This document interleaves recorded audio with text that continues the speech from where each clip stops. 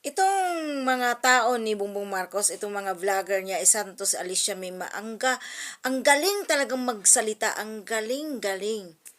Anong tinakbuhan ni VP Inday? Yung kanyang about dun sa gusto nilang mangyari. Anong tinakbuhan dun? Saan tinakbuhan yung accountability kamo and transparency? Tanga. Mag-antay kayo, bakit? Gusto nyo magkaroon ng impeachment, o di antayin nyo. Meron na silang sinagot. Kaya lang hindi nyo maintindihan dahil paano mo nyo maintindihan kung kayo'y mga paid? Di nyo talaga maintindihan yun dahil yun na yung platform nyo eh. Kayong mga vloggers ni Bongbong Marcos, huy, Alicia Mima, alam nyo, galing na ako dyan sa grupo nyo. Kaya lang, hindi ako katulad yung bayaran. Kapal na mga pagmumukha nyo. Mag-antay-antay kayo. Bakit kayo takot? Antayin nyo magkaroon ng 2028. Gusto nyo? Sabi nyo, wala nang buboto kay Inday Sara. Hindi na siya malakas. Wala nang kunti na lang mga DDS. Bakit kayo takot na takot? Ba't gusto nyo talaga siyang i-impeach? Tapos gusto nyo pasagutin. Gagalit kayo. Dahil hindi sinagot yung mga tanong. Ba't sasagutin? Nag-aano yung mga yan.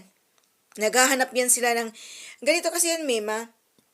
Katulad nyo kasi na mga bobo. Dahil nabubobo kayo, dahil bayad kayo. Tandaan nyo, yung pera na tinatanggap nyo, kinakain nyo, tinatamasa nyo ngayon, galing yun sa pera ng taong bayan. Galing sa nakaw yun.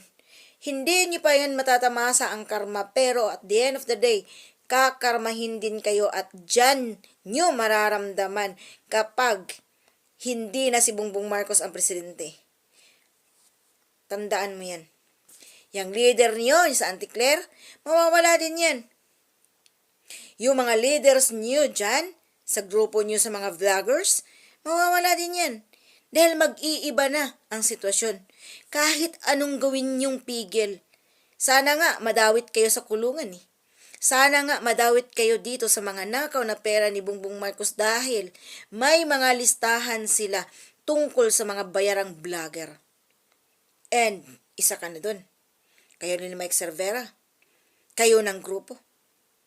Kilala namin kayo. Sa totoo lang. Ngayon ka lang, Mima. Nung unang-una noong 2022, yang mga yan, kilala ko yung iba dyan.